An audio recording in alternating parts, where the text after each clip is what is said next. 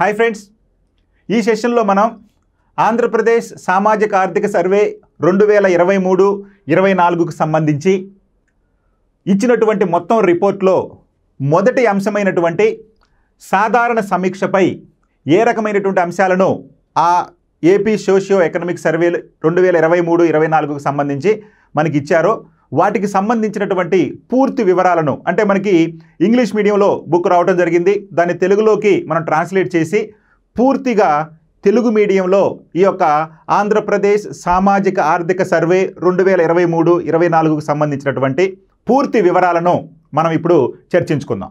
Okay, మరి ఈ ఆంధ్రప్రదేశ్ సామాజిక ఆర్థిక సర్వే 2023-24లో మొదటి అంశమైనటువంటి సాధారణ సమీక్షలో మనకి ఆంధ్రప్రదేశ్కి సంబంధించి భౌగోళిక స్వరూపం, అదేవిధంగా ఆంధ్రప్రదేశ్ యొక్క ఆర్థిక వ్యవస్థకు సంబంధించినటువంటి పూర్తి వివరాలు, అదేవిధంగా వ్యవసాయం, పరిశ్రమలు, ఇతర అంశాలకు సంబంధించినటువంటి పూర్తి వివరాలను మనకి సాధారణ సమీక్ష అని చెప్పి ఒక 25 పేజీలలో మొత్తం ఇన్ఫర్మేషన్ ఏపీ గురించి ఇవ్వడం జరిగింది.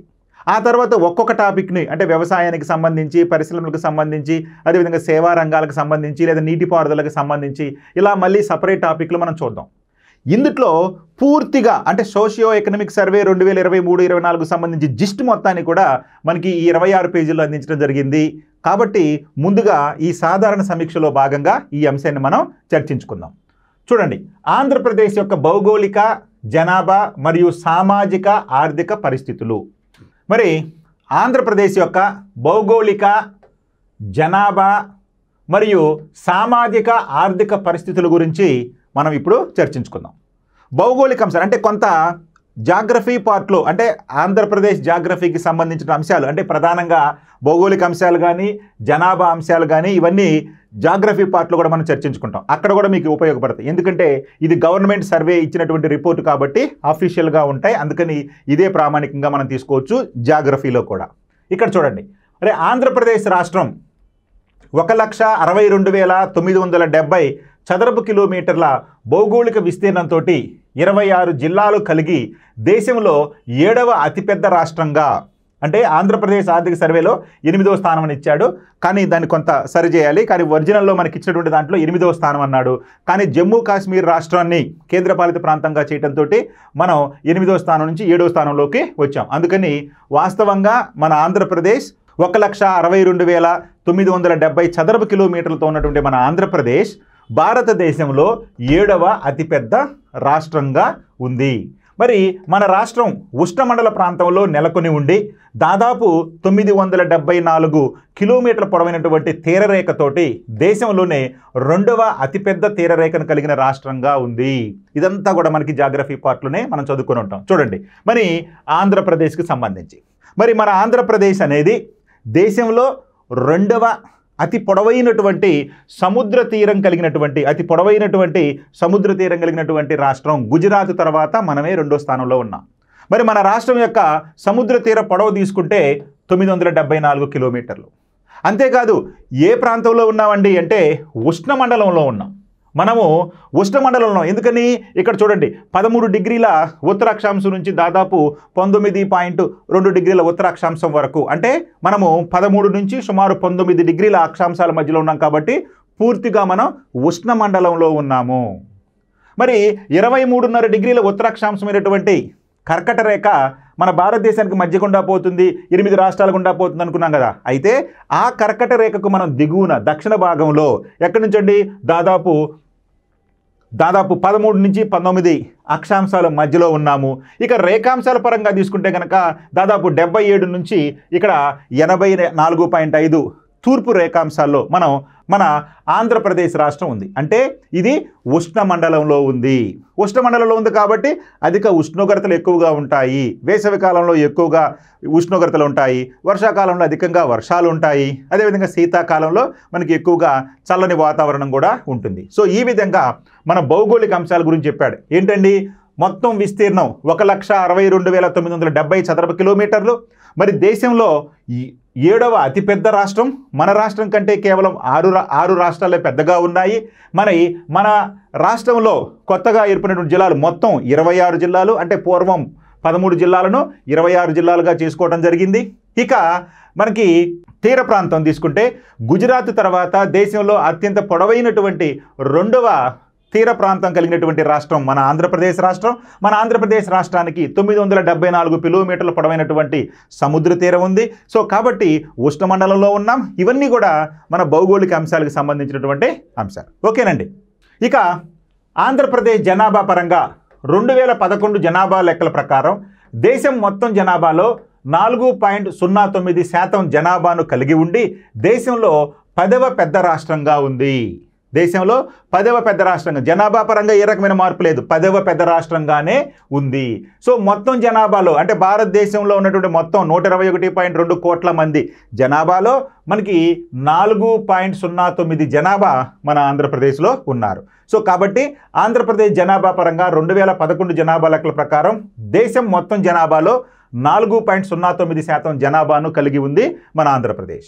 ఉండి మరి ఎన్నవ పెద్ద అత్యధిక జనాభా కలిగినటువంటి రాష్ట్రంగా ఉందంటే 9వ అతి పెద్ద రాష్ట్రంగా ఉంది. అంటే మన రాష్ట్రం కంటే 9 రాష్ట్రాల్లో అత్యధికంగా జనాభా ఉన్నారు. కాబట్టి మనం 10వ స్థానంలో ఉన్నాం. మరి దశాబ్దపు వృద్ధి రేటు అంటే డెకడల్ గ్రోత్ రేట్ అంటాం కదా. మరి దశాబ్దపు వృద్ధి రేటు 1961-71లో 18.88% నుంచి 1981-91 నాటికి 21.13% పెరిగింది. అంటే మన ఉమ్మడి ఆంధ్రప్రదేశ్లో 61 నుంచి 71లో మన దశాబ్దపు వృద్ధి రేటు మన రాష్ట్రంలో ఎలా ఉండేదంటే 18.88% ఉండేది. అది మరి 81-91కి అంటే 1981-91 మధ్యలో వచ్చేసరికి 21.13%కి పెరిగింది. అంటే 18.88 నుంచి 21.13%కి పెరిగింది. అయితే 2001-11 నాటికి అంటే చివరి జనాభా లెక్కలైనటువంటి 2011 నాటికి తీసుకుంటే మరి ఎప్పుడు కూడా దశాబ్ద వృద్ధి రేటు అంటే అంతకుముందు ఉన్నటువంటి జనాభా లెక్కలతో పోల్చుకొని ప్రస్తుతం ఉన్నటువంటి జనాభా లెక్కల యొక్క అంశాలను తీసుకుంటే మనకి వృద్ధి రేటు దశాబ్ద వృద్ధి రేటు అనేది వస్తుంది.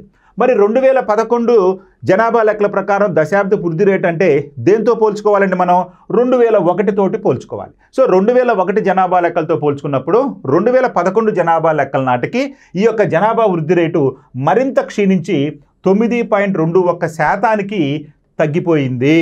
సో చూడండి, అంటే 61-71 ప్రాంతంలో మన దశాబ్ద వృద్ధి రేటు 18.88% ఉంటే అది 1981-91లో 21.13%కి పెరిగింది. ఆ తర్వాత 2001 నుంచి 2011 నాటికి మధ్య ఈ జనాభా వృద్ధి రేటు 9.21% అంటే జాతీయ వృద్ధి రేటు కన్నా కూడా బాగా తక్కువగా నమోదైపోయింది. సో ఈ విధంగా 2001-2011 నాటికి మరింత క్షీణించి 9.21%కి నమోదైంది. ఇది మరి దేశ వృద్ధి రేటుతో పోల్చుకున్నప్పుడు ఎంతండి? దేశ వృద్ధి రేటు 17.70% కంటే తక్కువ. సో ఇక్కడ మనం గుర్తుపెట్టుకోవాలి, భారతదేశ దశాబ్ద వృద్ధి రేటు మనకి 17.70, ఆంధ్రప్రదేశ్ దశాబ్దపు వృద్ధి రేటు 9.21%. మరి ఇది ఎట్లా వచ్చిందండి? మనం 2011లో ఆంధ్రప్రదేశ్ ఉమ్మడి ఆంధ్రప్రదేశ్గా ఉందిగా అంటే ఇప్పుడు విభజన జరిగిన తర్వాత ఆ ప్రాంతంలో ఉన్నటువంటి జనాభా మొత్తం తీసుకున్నప్పుడు మాత్రమే ఇదిగో ఇట్లా మనం చెప్పగలిగాం. ఏది 4.09% ఉన్నారు భారతదేశ జనాభాలో ఆంధ్రప్రదేశ్ జనాభా శాతం అని మనం పేర్కొన్నాం. అట్లా తీసుకున్నప్పుడు దేశ వృద్ధి రేటు దశాబ్ద వృద్ధి రేటు 17.70 ఉంటే మన ఆంధ్రప్రదేశ్ దశాబ్ద వృద్ధి రేటు మనకి 9.21%గా ఉంది. ఈ గణాంకాలన్నీ మీరు గుర్తుపెట్టుకోవాలండి. ఓకే, ఇక 2011 జనాభా లెక్కల ప్రకారం 2011లో దేశ జనసాంద్రత చదరపు కిలోమీటర్కు 382 మంది ఉండగా ఆంధ్రప్రదేశ్లో అది 304గా ఉంది. అంటే వృద్ధి రేటు జనాభా వృద్ధి రేటు అనేది దేశ వృద్ధి రేటు కంటే ఆంధ్రప్రదేశ్లో తక్కువగా ఉంది. మొదటి పాయింట్. ఇక రెండో పాయింట్, ఈ జనాభా లెక్క అంటే 2011 జనాభా లెక్కల ప్రకారమే మనకి జనసాంద్రత అంటే ప్రతి చదరపు కిలోమీటర్కు ఎంతమంది జనాభా ఉన్నారు, అంటే ప్రతి చదరపు కిలోమీటర్కు ఎంతమంది జనాభా నివసిస్తున్నారు అని చెప్పేదే జనసాంద్రత. అంటే మొత్తం రాష్ట్ర విస్తీర్ణం డివైడెడ్ బై మొత్తం జనాభా వేస్తే ఈ జనసాంద్రత అనేది వస్తుంది. అలా తీసుకున్నప్పుడు 2011 జనాభా లెక్కల ప్రకారం దేశ జనసాంద్రత ఎంతయ్యా అంటే 382. కానీ మన ఆంధ్రప్రదేశ్ జనసాంద్రత 304 మంది ఉన్నారు. ఇక్కడ కూడా మనకి దేశ జనసాంద్రత కంటే మన ఆంధ్రప్రదేశ్లో జనసాంద్రత తక్కువగా ఉంది, గుర్తుపెట్టుకోవాలి. ఇక రాష్ట్రంలో స్త్రీ పురుష నిష్పత్తి అంటే ఎట్లా చెప్తారండి? ప్రతి 1000 మంది పురుషులకు ఎంతమంది స్త్రీలు ఉన్నారు అని చెప్పేదే స్త్రీ పురుష నిష్పత్తి. మరి స్త్రీ పురుష నిష్పత్తి ఎట్లా ఉందండి? 2001లో 983 ఉంటే అది 2011 నాటికి 997కు చేరింది. చూడండి, స్త్రీ పురుష నిష్పత్తి స్త్రీలకి పురుషులకి మధ్య వ్యత్యాసం చాలా తక్కువగా ఉంది. మనకి 2001 జనాభా లెక్కల ప్రకారం ప్రతి 1000 మంది పురుషులకు 983 మంది స్త్రీలు ఉంటే 2011 వచ్చేసరికి ప్రతి 1000 మంది పురుషులకు 997 మంది స్త్రీలు ఉన్నారు మన ఆంధ్రప్రదేశ్లో. ఇది చాలా అభిలషణీయమైనటువంటి అంశం. ఇది దేశ సగటు స్త్రీ పురుష నిష్పత్తి 943 కంటే అధికంగా ఉంది. చూడండి, ఇక్కడ దేశం కంటే మనం మెరుగ్గా ఉన్నాం స్త్రీ పురుష నిష్పత్తిలో కూడా. ఎక్కడ ఉన్నారండి? ప్రతి 1000 మంది పురుషులకు దేశంలో సరాసరిన 943 మంది స్త్రీలు ఉంటే మన ఆంధ్రప్రదేశ్లో ప్రతి 1000 మంది పురుషులకు 997 మంది స్త్రీలు ఉన్నారు. ఇక మరి జిల్లాల వారీగా తీసుకుంటే కృష్ణా జిల్లాలో 518 తోటి అత్యధిక జనసాంద్రత కలిగి ఉండగా మరి వైఎస్ఆర్ కడప అదేవిధంగా ప్రకాశం జిల్లాలు అత్యల్పంగా 200 కంటే తక్కువ జనసాంద్రత కలిగి ఉన్నాయి. మరి జనసాంద్రత 304 మంది ఉన్నాం ప్రతి చదరపు కిలోమీటర్కు మన ఆంధ్రప్రదేశ్లో అనుకున్నాం కదా. అయితే అత్యధికంగా జనసాంద్రత ఏ జిల్లాలో ఉన్నారయ్యా అంటే కృష్ణా జిల్లాలో 518 మంది ఉన్నారు. తోటి అత్యధిక జనసాంద్రత కలిగి ఉండగా అంటే కృష్ణా జిల్లాలో ప్రతి చదరపు కిలోమీటర్కు 518 మందితోటి అత్యధిక జనసాంద్రత కలిగి ఉండగా మరి వైఎస్ఆర్ కడప మరియు ప్రకాశం జిల్లాల్లో అత్యల్పంగా 200 కంటే తక్కువ జనసాంద్రత ఉన్నారు. సో కాబట్టి వైఎస్ఆర్ కడప జిల్లాలోను మరియు ప్రకాశం జిల్లాలోను ఈ జనసాంద్రత 200 కంటే తక్కువగా ఉంది.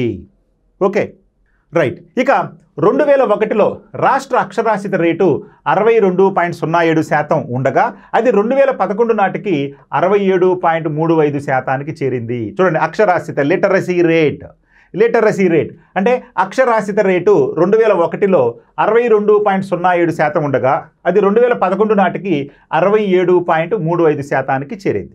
అయితే ఇది భారతదేశ సగటు అయినటువంటి 72.9% కంటే చాలా తక్కువగా ఉంది. ఇది చాలా చాలా చాలా ఇంపార్టెంట్.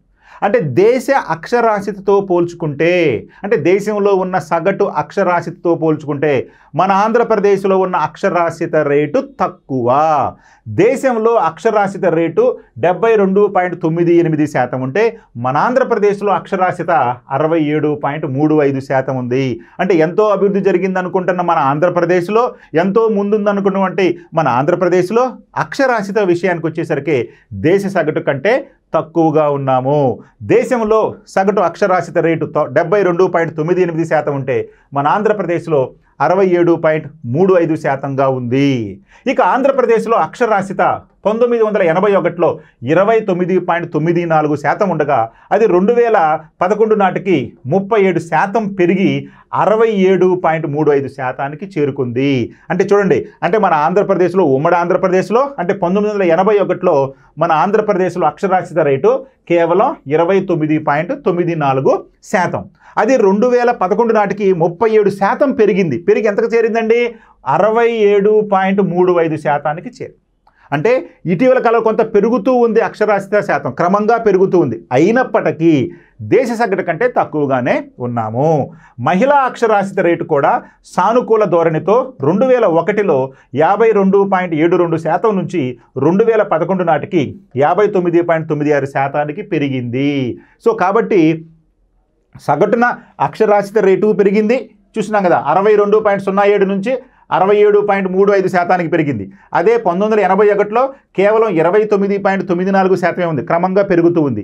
ఈ పెరుగుదల రేటు మొత్తం జనాభాతో పాటు స్త్రీలలో కూడా కనిపించింది. అదేంటయ్యా అంటే 2001లో అక్షరాస్యత రేటు స్త్రీలలో 52.72% ఉంటే అది 2011కు వచ్చేసరికి 59.96%కి చేరింది. అంటే క్రమంగా పెరుగుతుంది.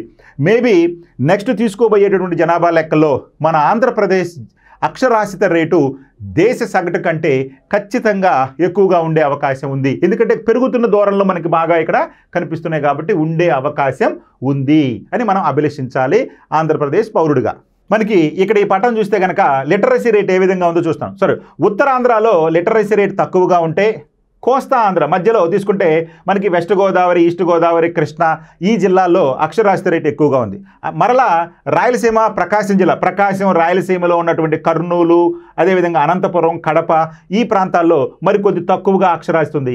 అదే రాయలసీమ ప్రాంతంలో అంటే ఉమ్మడి ఆంధ్రప్రదేశ్లో అంటే ఉమ్మడి జిల్లాలుగా తీసుకున్నప్పుడు మళ్ళీ చిత్తూరు జిల్లాలో కొంత అక్షరాస్యత రేటు ఎక్కువగా ఉంది. సో ఈ విధంగా అక్షరాస్యతను కనుక మనం అబ్జర్వ్ చేసినట్టయితే ఈ పట్టం ద్వారా కొంత సమాచారాన్ని మనం తీసుకోవచ్చు.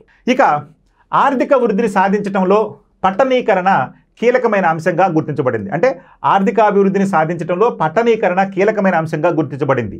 మనకి ప్రధానంగా ఆర్థిక అభివృద్ధి జరగాలంటే అంటే వ్యవసాయ వృద్ధి అనేది కొంత తక్కువగా బంధకుడిగా ఉండటంతో పట్టణాభివృద్ధి కనుక జరిగితే అది క్రమంగా ఆర్థిక అభివృద్ధికి ఎక్కువగా దోహదపడుతుందని గ్రహించడం జరిగింది. సో ఆర్థిక వృద్ధిని సాధించడంలో పట్టణీకరణ కీలక అంశంగా గుర్తించబడింది.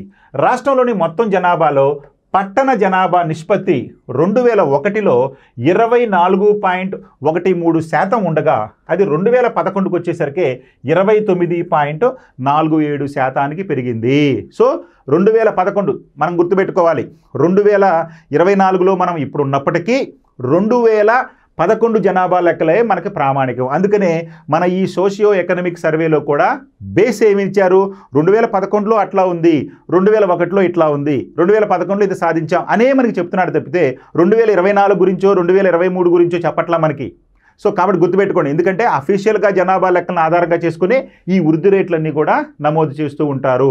కాబట్టి నెక్స్ట్ జనాభా లెక్కలు తీసుకునే వరకు అఫీషియల్గా ఈ 2011 జనాభా లెక్కలే మనకి ప్రామాణికం. కాబట్టి దాన్ని బేస్ చేసుకునే ఈ యొక్క అక్షరాస్యత కానీ, వృద్ధి రేటు కానీ, స్త్రీ పురుష నిష్పత్తి కానీ ఇవన్నీ మనకి చెప్పటం జరుగుతుంది. ఇందులో ముఖ్యంగా ఏం చెప్పాడంటే ఇప్పుడు పట్టణ జనాభా శాతం అంటే అర్బన్ పాపులేషన్ గురించి మనకి ఇప్పుడు చెప్తున్నాడు. ఏమని చెప్తున్నాడండి, రాష్ట్రంలో మొత్తం జనాభాలో పట్టణ జనాభా నిష్పత్తి అంటే మొత్తం రాష్ట్రంలో నివసిస్తున్నటువంటి జనాభాలో పట్టణాలలో నివసిస్తున్నటువంటి జనాభా శాతం ఎంత అయ్యా 2001 నాటికంటే 24.13%. అది మరి 2011 జనాభా లెక్కలకు వచ్చేసరికి 29.47% పెరిగింది. అంటే దగ్గరగా 5% వరకు పెరిగింది ఈ 10 సంవత్సరాలు, అంటే 2001 నుంచి 2011 వరకు. మరి ఇప్పుడు తీసుకున్నాం అనుకోండి ఇంకా ఎక్కువగా ఉండే అవకాశం ఉంది. ఇక 47.45% పట్టణ జనాభాతోటి విశాఖపట్నం జిల్లా అగ్రస్థానంలో ఉండగా 40.81% తోటి పట్టణ జనాభాలో కృష్ణా జిల్లా రెండో స్థానంలో ఉంది. అంటే మన రాష్ట్రంలో సరాసరిన పట్టణ జనాభా శాతం 29.47% నమోదైంది 2011 జనాభా లెక్కల్లో. మరి ఇదే జనాభా లెక్కల్లో ఇప్పుడున్నటువంటి జిల్లాలు 26 జిల్లాలు తీసుకున్నప్పుడు 26 జిల్లాల్లో అత్యధికంగా పట్టణ జనాభా శాతం ఇక్కడ చూస్తే 47.45% తోటి విశాఖపట్నం జిల్లా. ఇదిగో మనకి తెలుసు విశాఖపట్నం జిల్లా అనేది మన రాష్ట్రంలో ఉన్నటువంటి 26 జిల్లాల్లో ఏకైక పట్టణ జిల్లాగా విశాఖపట్నం జిల్లా మనకి పేరుగాంచింది. అంటే విశాఖపట్నం జిల్లాలో పట్టణ జనాభా శాతం ఎక్కువగా ఉండడానికి గల కారణం పట్టణ జనాభా ఎక్కువగా ఉంది.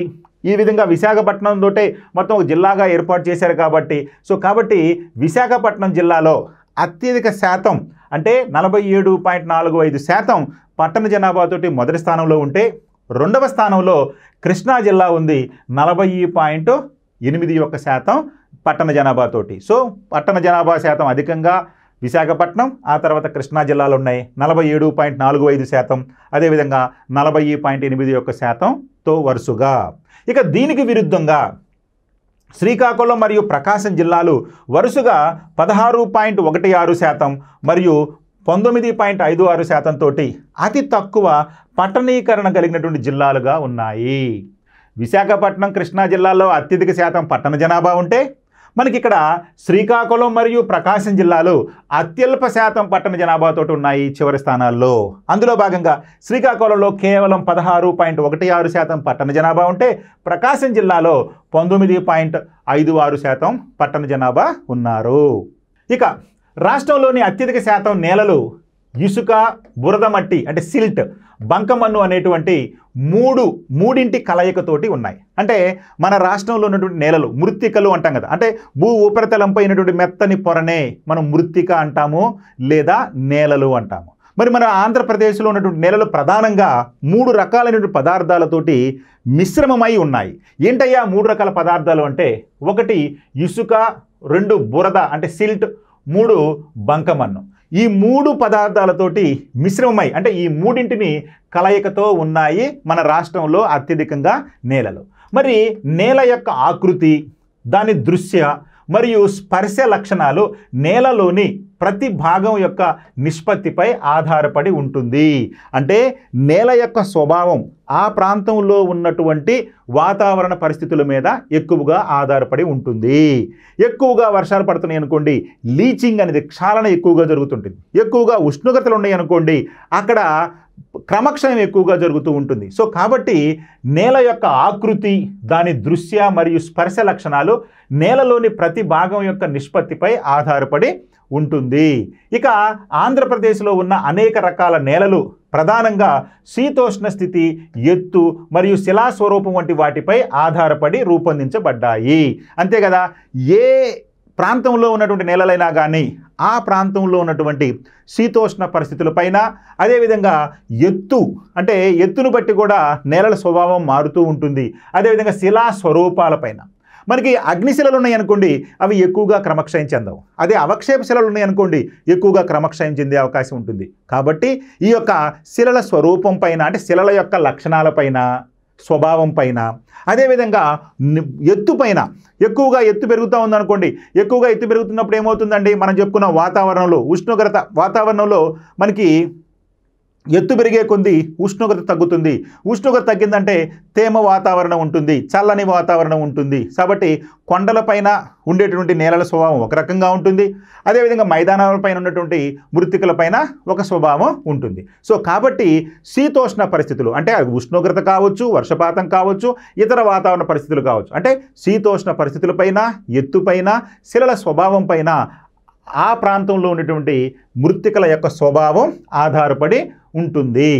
ఈ ప్రాంతం అంతటా తీవ్రమైనటువంటి వేడితో పాటు వర్షపాతం విస్తరణలోని అసమానతలు నేలలకు ప్రత్యేక లక్షణాలను సంతరింపచేశాయి. ఎందుకయ్యా మనకి రాయలసీమలో ఎక్కువగా ఎర్రనేలలు ఉంటాయి అంటే అక్కడ ఎక్కువగా ఉష్ణోగ్రత ఉంటుంది, వర్షపాతం తక్కువగా ఉంటుంది. ఎందుకయ్యా కోస్తా ప్రాంతంలో ఎక్కువగా ఒండ్రు నేలలు ఉన్నాయి అంటే కృష్ణా గోదావరి నదులు తీసుకొచ్చినటువంటి సారవంతమైనటువంటి ఒండ్రు మట్టితోటి ఈ డెల్టా ప్రాంతం ఏర్పడింది కాబట్టి. సో కాబట్టి అదేవిధంగా మనకి రాయలసీమ ప్రాంతాన్ని ఆనుకున్నటువంటి, అదేవిధంగా కోస్తా ప్రాంతాన్ని ఆనుకున్నటువంటి తెలంగాణ ప్రాంతం పరిసర ప్రాంతాలలో మనకి ఎక్కువగా నల్లరేగడి నేలలు కనిపిస్తూ ఉంటాయి.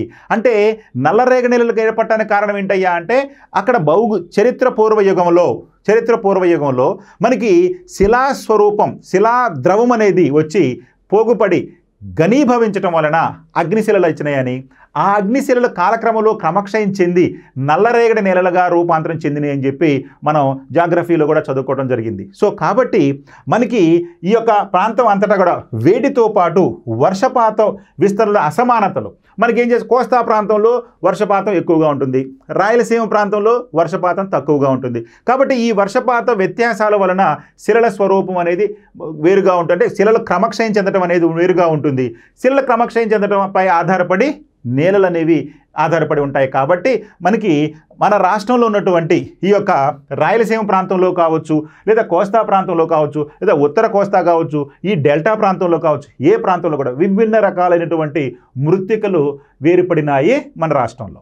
Okay, right. ఇక రాష్ట్ర భౌగోళిక ప్రాంతాలలో భూ వినియోగ వర్గీకరణ తీరును పరిశీలిస్తే మొత్తం రాష్ట్ర భౌగోళిక విస్తీర్ణంలో 30.41% అంటే 49.56 లక్షల హెక్టార్లు నికర సాగు పంటల విస్తీర్ణం కింద ఉంది. ఇది వెరీ వెరీ వెరీ ఇంపార్టెంట్. అంటే మన రాష్ట్రంలో ఉన్నటువంటి మొత్తం భౌగోళిక విస్తీర్ణంలో మరి మన రాష్ట్రం యొక్క మొత్తం విస్తీర్ణం ఎంతండి?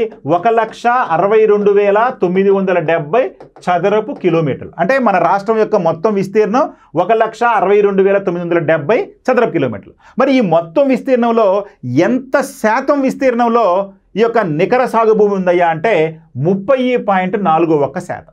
మరి 30.41% అనేది ఎంతతో సమానమయ్యా అంటే 49.56 లక్షల హెక్టార్లకు సమానం. ఎకరాలు కాదండి, హెక్టార్లకు సమానం.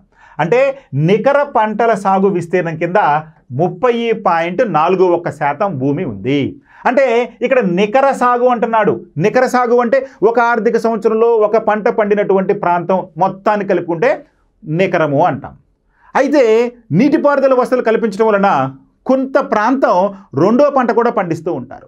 అదే ఆర్థిక సంవత్సరంలో రెండో పంట పండించినటువంటి మొత్తం భూమిని కూడా కలుపుకుంటే అప్పుడు స్థూల సాగు అంటాము. అంటే నికర సాగు అంటే ఒక పంట పండింది. ఈ నికర సాగులో కొంత ప్రాంతం రెండో పంట కూడా పండే అవకాశం ఉంది నీటిపారుదల వలన. అప్పుడు దాన్ని కూడా కలుపుకున్నప్పుడు స్థూల సాగు అనేది వస్తుంది. మనం ఎంత ఎక్కువగా భూమికి నీటిపారుదల కల్పిస్తే మనకు పంటలు పండేటువంటి భూమి యొక్క విస్తీర్ణం అంత పెరుగుతుంది, స్థూల సాగు అనేది పెరుగుతుందని అర్థం. అర్థమైందండి? సో ఈ విధంగా మన రాష్ట్రంలో నికర సాగు పంటల విస్తీర్ణం కింద ఎంత శాతం భూమి ఉందయ్యా అంటే 30.41% భూమి ఉంది. ఇది ఎంతతో సమానమయ్యా అంటే 49.56 లక్షల హెక్టార్లతో సమానం. దీని గురించి మళ్ళీ డీటెయిల్గా మనం చెప్పుకుంటాం తర్వాత. కానీ ఈ సాధారణ సమీక్షలో ఈ విషయాలు మనం కవర్ చేయడం జరిగింది మన సోషియో ఎకనామిక్ సర్వే 2023-24లో. రైట్. ఇక అటవీ భూమి 22.63% ఉంది. ఇదెంతండి? 36.88 లక్షల హెక్టార్లు. ఇక్కడ 30.41% అనేదేమో 49.56 లక్షల హెక్టార్లకు సమానం అయితే మరి అటవీ భూమి, అడవులు కలిగినటువంటి భూమి ఎంత ఉందయ్యా అంటే 22.63% ఉంది. మరి 22.63% ఎంతతో సమానం అయ్యా అంటే 36.88 లక్షల హెక్టార్లతో సమానం. మరి ప్రస్తుత బీడు భూముల కింద 14.91% భూమి అంటే 24.29 లక్షల హెక్టార్లు ఉన్నాయి. సో ఈ విధంగా చూడండి, మరి కొన్ని ప్రధానంగా అంటే ఎక్కువగా మన రాష్ట్రంలో ఉన్నటువంటి మొత్తం ఈ విస్తీర్ణంలో ఎక్కువ భాగం, భౌగోళిక విస్తీర్ణంలో ఎక్కువ భాగం పంటల కింద పండేటువంటి భూమిగా ఉంది. ఆ తర్వాత అటవీ భూమి 22.63%గా ఉంది. ప్రస్తుత బీడు భూముల కింద 14.91% భూమి ఉంది. సో ఈ విధంగా మన సోషియో ఎకనామిక్ సర్వేలో మన భూమి యొక్క వినియోగం గురించి కొంత ఇవ్వడం జరిగింది. ఆ ఒక లిస్ట్ కూడా ఇవ్వడం జరిగింది. దాని వివరాలు ఏంటి ఇప్పుడు మనం చూద్దాం. ఇక అదనంగా 12.84% అంటే 12.84%, ఇది 20.93 లక్షల హెక్టార్లు వ్యవసాయేతర అవసరాలకు, అంటే వ్యవసాయేతర అవసరాలకు 8.19% అంటే 13.35 లక్షల హెక్టార్లు బంజరు మరియు సాగుకు యోగ్యం కాని భూమి, సాగుకు యోగ్యం బంజర భూమి మరియు సాగుకు యోగ్యం కాని భూమి.